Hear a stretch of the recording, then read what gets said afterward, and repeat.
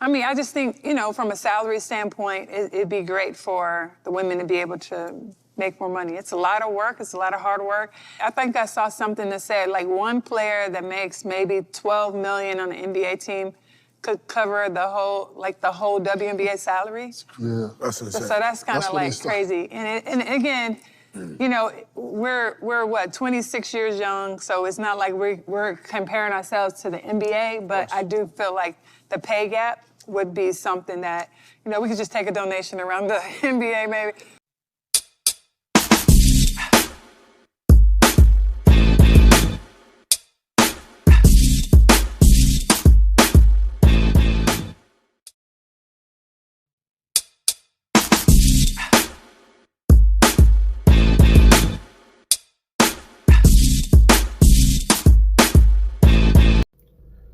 Welcome to another episode of the Jay Lex Podcast. I am your host, Jay Lex. Please like, share, subscribe, and comment on the content.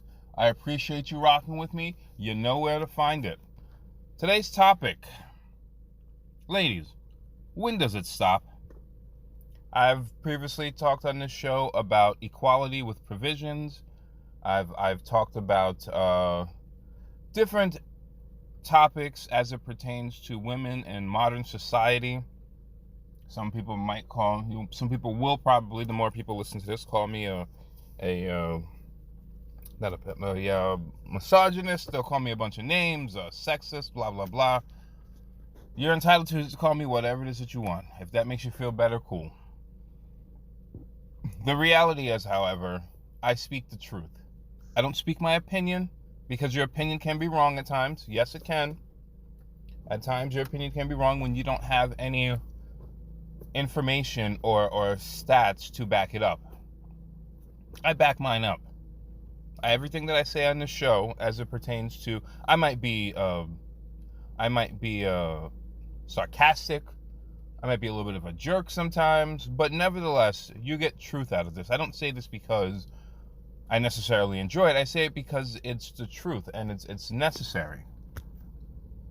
People say, well, that's just the manosphere, kind of mantra of, blaming women for this and blaming women for that. And here's the thing. I'm not here to blame women for anything. There are plenty of women out here who are victims, who are truly, truly victims, who have been assaulted, raped, or graped, or, have had so many bad things happen to them. But some of you are out here either lying or fronting like you don't know what's going on. Like you don't know what a lot of these guys are saying is the truth. And that's all it is. It's the God's honest truth. And I wanted to talk about a couple things today that I saw. The first one I'm going to talk about, and this is what I'm going to talk about, equality with provisions. Lisa Leslie, most of you know her, WNBA basketball legend, I should say. Multiple championships, gold medals, the whole bit. Accomplished as can be. Recently went onto The Shop, LeBron James's show, I believe it's on HBO, and was talking to these guys, and I think LeBron James' question to her was, what do you think we could do to make the WNBA better, basically? And just give me 1 second. I'm going to bring the clip up. And then we'll get into it. What could we have more?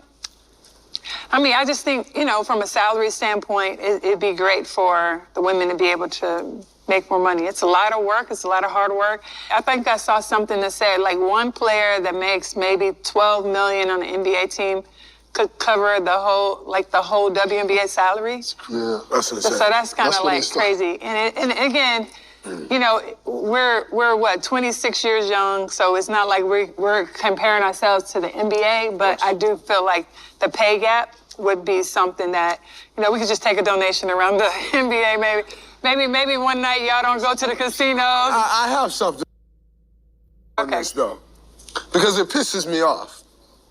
It pisses me off because I don't think there's anyone in America that supports the WNBA more than NBA players. 100%. The NBA players support the WNBA like the most. More than we probably support the fucking NBA.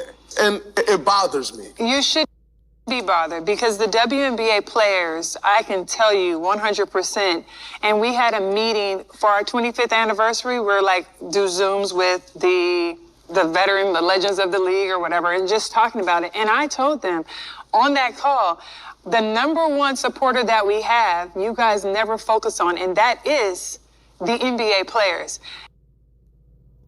So you saw that clip from The Shop, it's called. It's on HBO.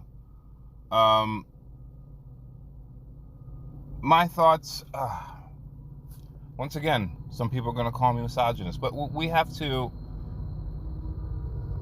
how many times on this show have I talked about economics over emotions?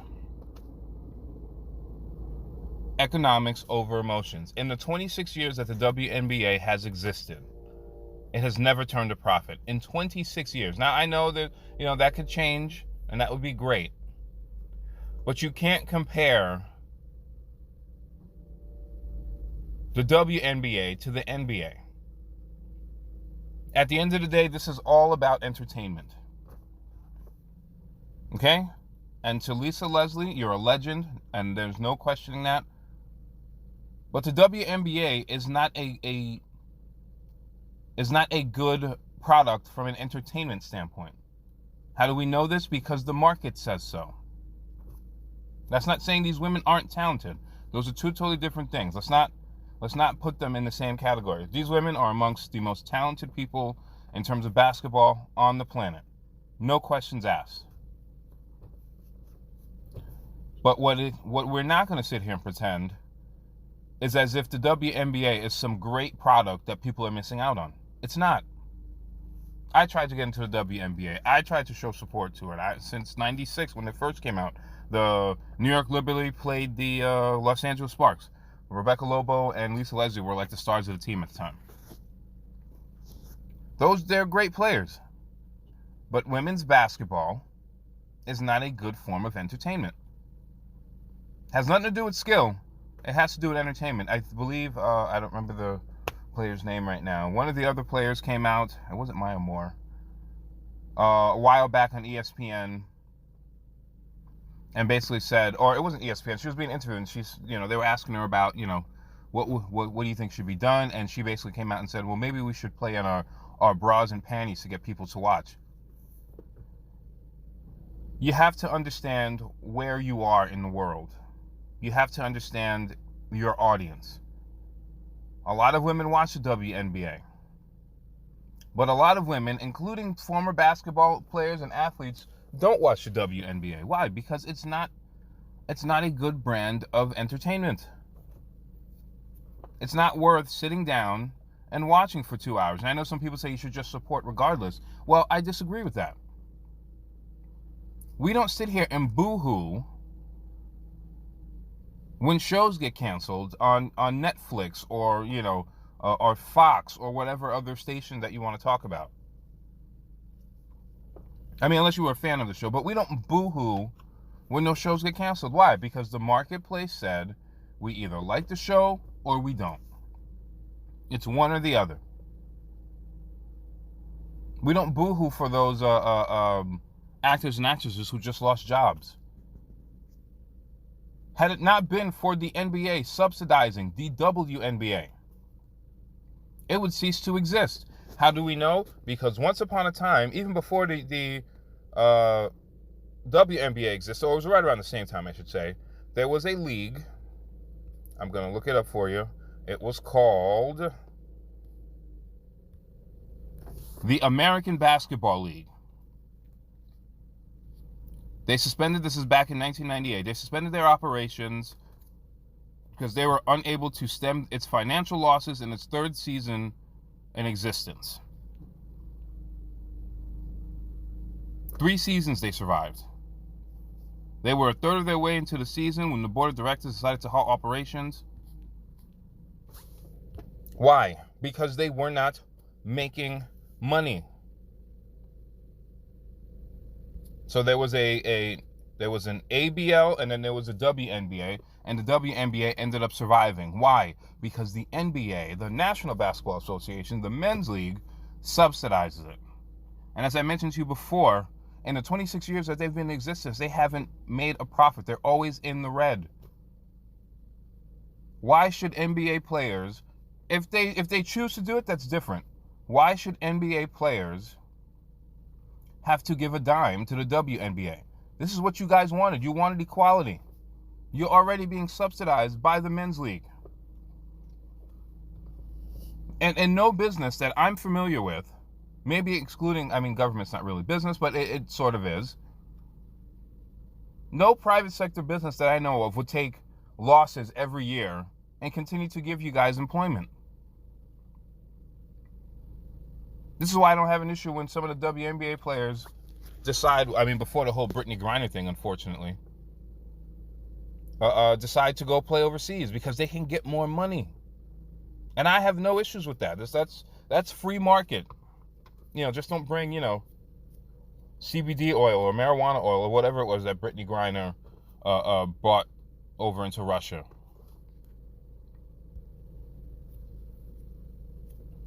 Be smarter than that. But once again, why should NBA players be giving up part of their salary to fund a league that doesn't generate income? Is that all on men? A good portion of women don't watch. I tried to find numbers on the number of women that don't watch, and I think they said something like 75% of women do watch or something like that. But once again, why should the NBA, or NBA players, be subsidizing or giving part of their salaries to these women? These are grown women. These are grown folk. They pay bills like everybody else. If it's not working for the NBA, or if it's not working in the WNBA, then you should be going where it is working for you. There is a player, I'm going to look her name up right now, a tall 6'8" woman from, I believe she's from Australia. I just want to get her name right. Who used to actually play for the Los Angeles Spark. Liz Cambridge, I believe is her name. She's an Australian professional basketball player who played for the Los Angeles Sparks this past season. She ended up leaving because she wasn't making enough money. So I believe she's a DJ and she does like an OnlyFans or something like that. She makes more money doing that. Okay. So she ended up leaving the Spark. Yeah, she's a 6'8". She's 6'8" basketball player and model. She's not bad looking, actually. But once again, I ask, should you not be doing what is best for you in your situation?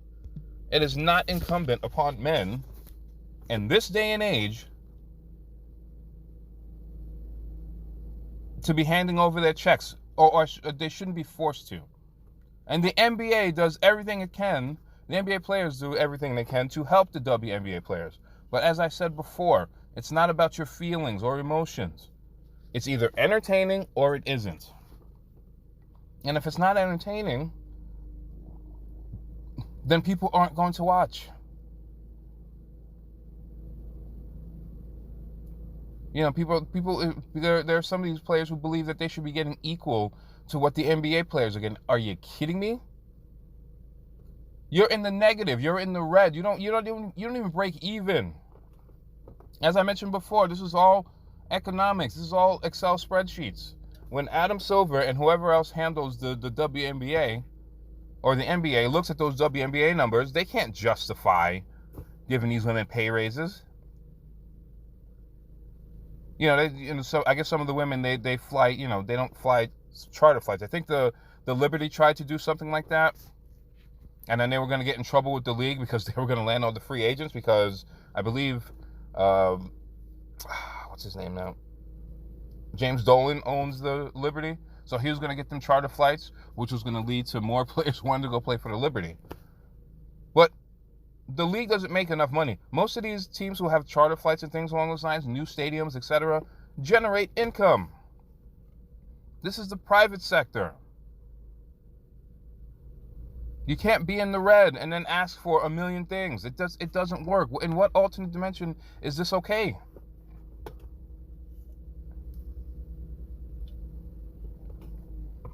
You might be the coolest of cool with your boss.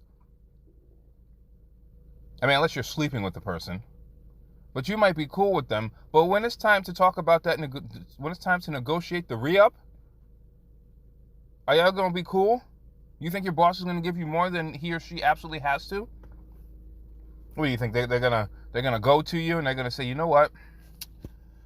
Never mind these Excel spreadsheets. Never mind profitability. Never mind all this stuff. You know what? You're making what? $100,000 a year? You know, I'm gonna bump it to $1 million. You know what? Just because, you know, I really like you. I really think you and I get along. I think you do a good job. I think you're amazing. I really like you as a person. You know what? Never mind the quarterly numbers and everything like that. No. You're making 100,000. Here's $1 million. When has that ever happened? Barring you didn't bring in a significant amount of money to warrant that type of a pay raise.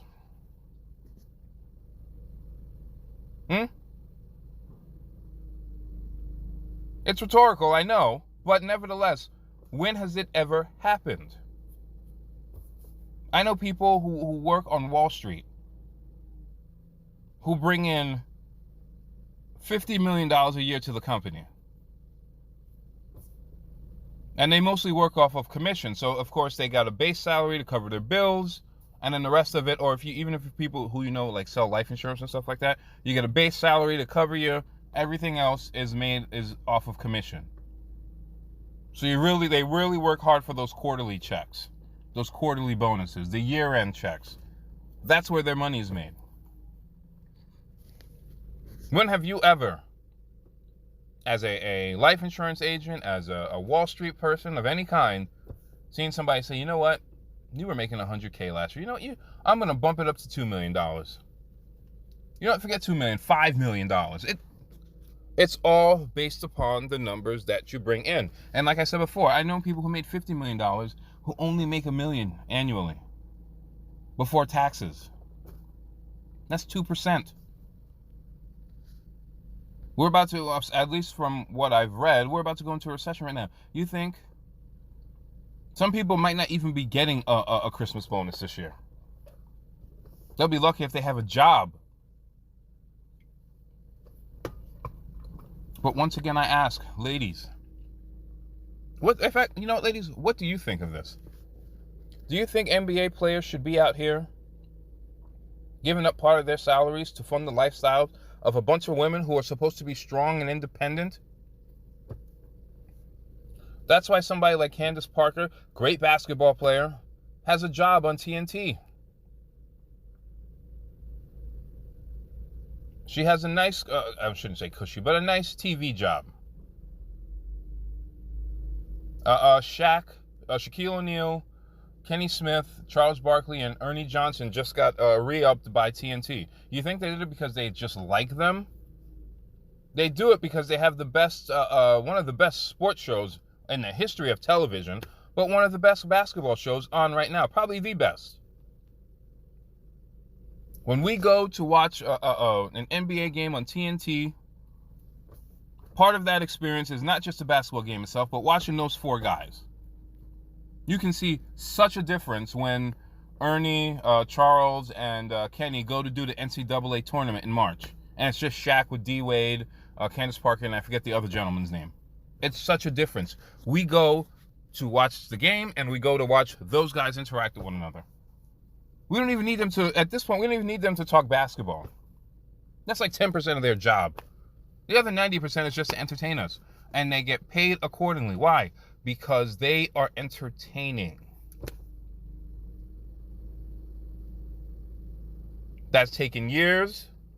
I mean, they existed before Shaq came along. Shaq added a new element to it. They are entertaining. And they are paid accordingly. Because it is not about emotions. It is not about equality with provisions. It's about numbers, and it's about making sure you get your piece of the pie.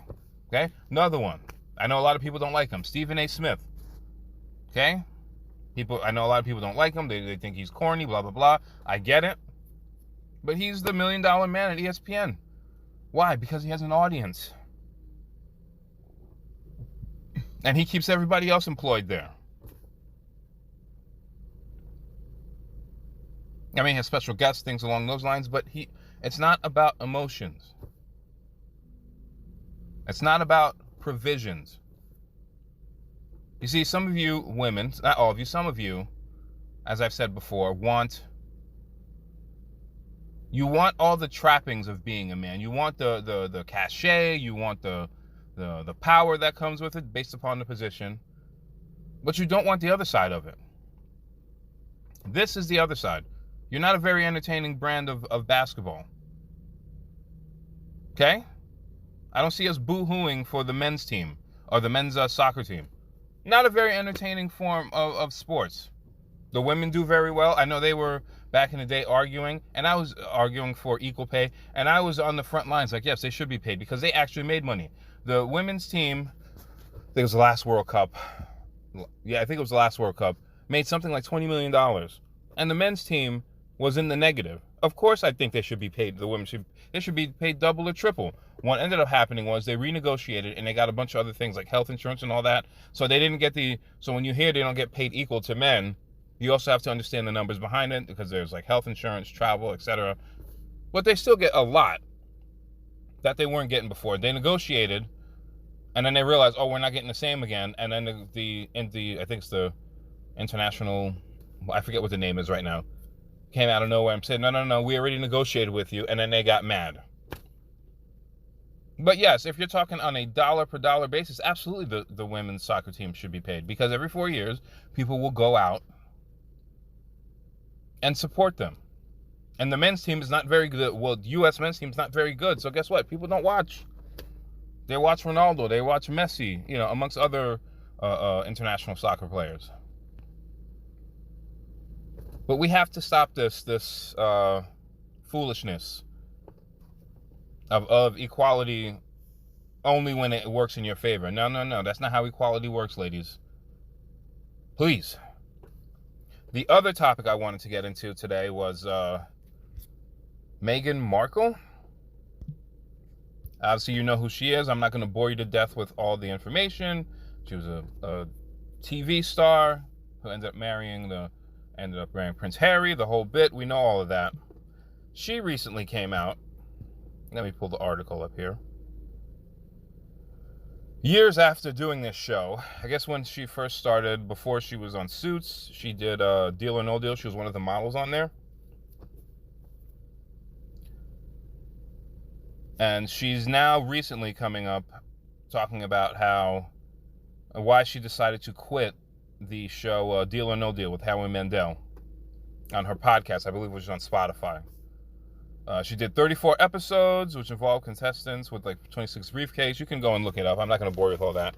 Markle, who up until that point had landed small roles in General Hospital, recall feeling grateful that Deal or No Deal helped her pay the bills while she continued to pursue acting career, and she called the show a fascinating experience. She explained while studying at the Northwestern University that she pursued coursework in international relations, and her time at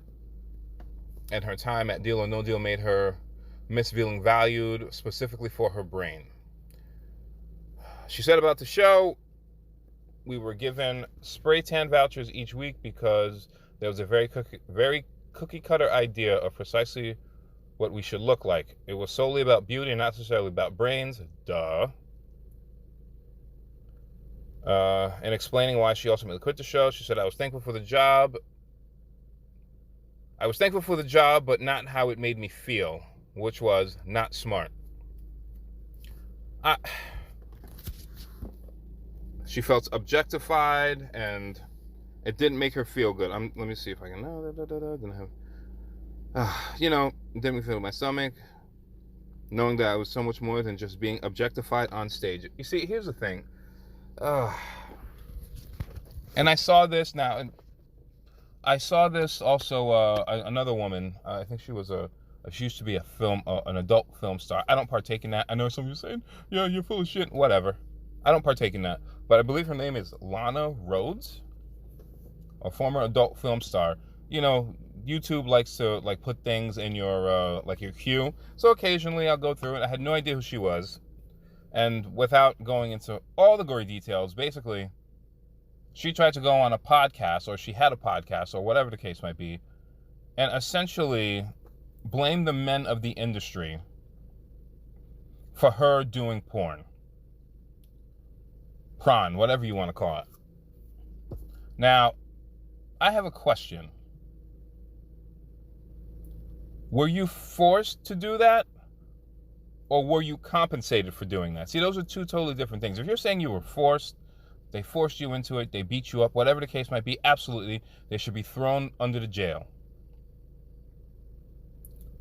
But if you volunteered yourself, I shouldn't say volunteered, if you signed a contract, to have intercourse with men for money, and you did it because you wanted to, how can you then blame it on the men? And I know the porn industry, the adult film industry is a scummy business. I get it. But if you are being compensated, well, by the way, how can you then, after the fact, sit there and blame? What you should be doing is saying, you know what? I was getting paid. I wish that I didn't do it. I learned from my mistakes, etc., etc., etc. It's the same thing here with Meghan Markle. You did 34 episodes on top of doing other work. You didn't feel that same ugly feeling in your stomach after 3 or 4 episodes, knowing what the job was?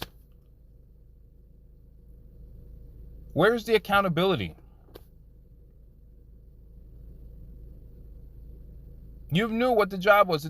That's like the women who I know I think it's still on TV, Price is Right, but the women back in the day who used to be the models on Price is Right with Bob Barker. That would be like them coming out and complaining that I felt objectified. With all due respect, you knew what the job was. Or the women who was it? I mean, he's long since gone, but Hugh Hefner had one of the girlfriends, one of his girlfriends who comes out well after the fact. She's no longer, doing Playboy and everything like that. No longer living in the mansion. I guess when he died, he didn't leave her anything. And now coming out and telling all these things about what happened in her time there. You knew what the job was. You played his girlfriend. You lived in his house. Supposedly there was drugs and things along those. You weren't 15 when you went there. You were 20-something.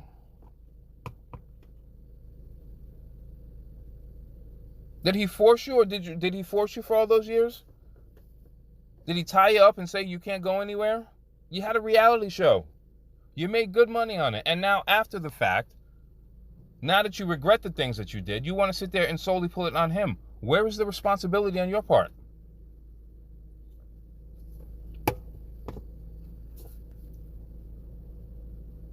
It takes two to tango, as they say. And that would be like or he's still, I guess, technically the head coach. He's just suspended for the year. Ime Udoka, 10, 15 years from now, sitting here boo-hooing about how the Boston Celtics mistreated me. They mistreated me and they made me not be the coach for the year. Even though, allegedly, I had sex with the vice president's wife. And then they paid me half my salary. And they made me sit and embarrassed me. I mean, I don't necessarily agree with that part, of putting it all on Front Street. I mean, it's a as Stephen A. Smith says, it's an HR issue. But at what point do you take responsibility for your actions? At what point do you look and say, you know what, I messed up. My bad. I shouldn't have done that. Instead of victimhood all the time. I don't want to go too off topic, but it's the same. Anyway, I'm not going to go off topic. You know exactly what I'm talking about. You know where I was going to go with that. It's enough of the victim mentality. You knew what you were doing. You were getting paid to do it. And now you want to say you want to say that you were objectified. You volunteered and got compensated. If you said they put a gun to your head and that they forced you to do it, that's a totally different discussion. They didn't. You did it because you needed work. It was a gig.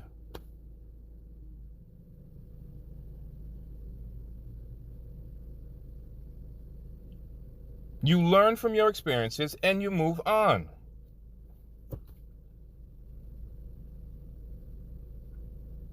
Sometimes you do things that you didn't necessarily like because you got to pay the bills, you got to keep the lights on, you got to eat. I have no issues with that. But don't play the victim after the fact. I wonder, do some of you like have like you know how the telemarketers, they give you like a script to follow when you're trying to, you know, sell somebody on something, when you know, when they make those random calls? Do y'all have like a regular script and then you just kind of plug in where it kind of fits your situation? I'm curious. There's all this victimization and you volunteered for it. Nobody put a gun to your head, Meghan Markle.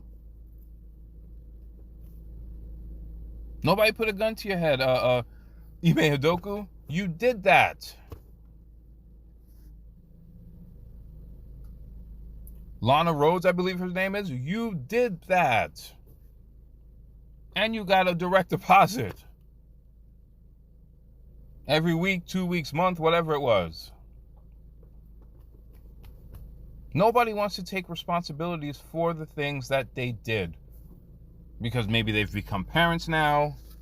You know, they probably didn't think at the time that it would come out. Now everything's pretty much on YouTube and all forms of social media. At what point does it stop? At what point do people take responsibility? It's enough of the victim mentality, as Kanye West said. I know it's a trigger word for some of y'all. Or yay, excuse me. Get out of that mentality. Accept the things that you did. Meghan Markle being a model on Deal or No Deal was not the worst thing in the world. Lana Rhodes doing porn probably is, but you chose to do that. You made a decision as an adult. Accept it. Okay? All these, we're going to see this with all these OnlyFans. I saw recently, actually, it just came to my mind, a bunch of like older Instagram models are now getting mad because the younger women are coming after them, or not coming after them, but insulting them. Like, look, you're old. Like, your time is up. Keep it moving. Are we going to get this from the Black Chinas and who's the Amber, not Amber Heard, although, you know, we know who she is, but Amber Rose? Is this what we're going to get when they get older, a little bit older? They're going to say, I was forced to do those things. I was forced to dress half naked and walk down the street with my butt out. I was forced to walk down what's it called, the SLUT walk. Are you gonna blame that on men now? Are you gonna say I was forced to do it? I didn't know what to do. They were gonna force me. No, we're tired of hearing it. We're tired of hearing you play victim for something you did of your own accord. We're not gonna deal with it. We're going to call you out on it. And you can sit there and use trigger words like sexist and misogynistic and blah, blah, blah. This is not 2010 anymore. People don't care. You did it to yourself. Go get therapy, get over it, and move on with your lives. Thank you for tuning in to another episode of the Jay Lex Podcast. Please like, share, subscribe, and comment on the content. Take care. More dangerous. Which made me think that he liked me, loved me, wanted to be with me. So I don't think that's necessarily true. That's true, yeah. However, there are guys who probably, like the one guy that I'm speaking about that wouldn't kiss during sex, he probably was thinking of me because of who I am as a whore.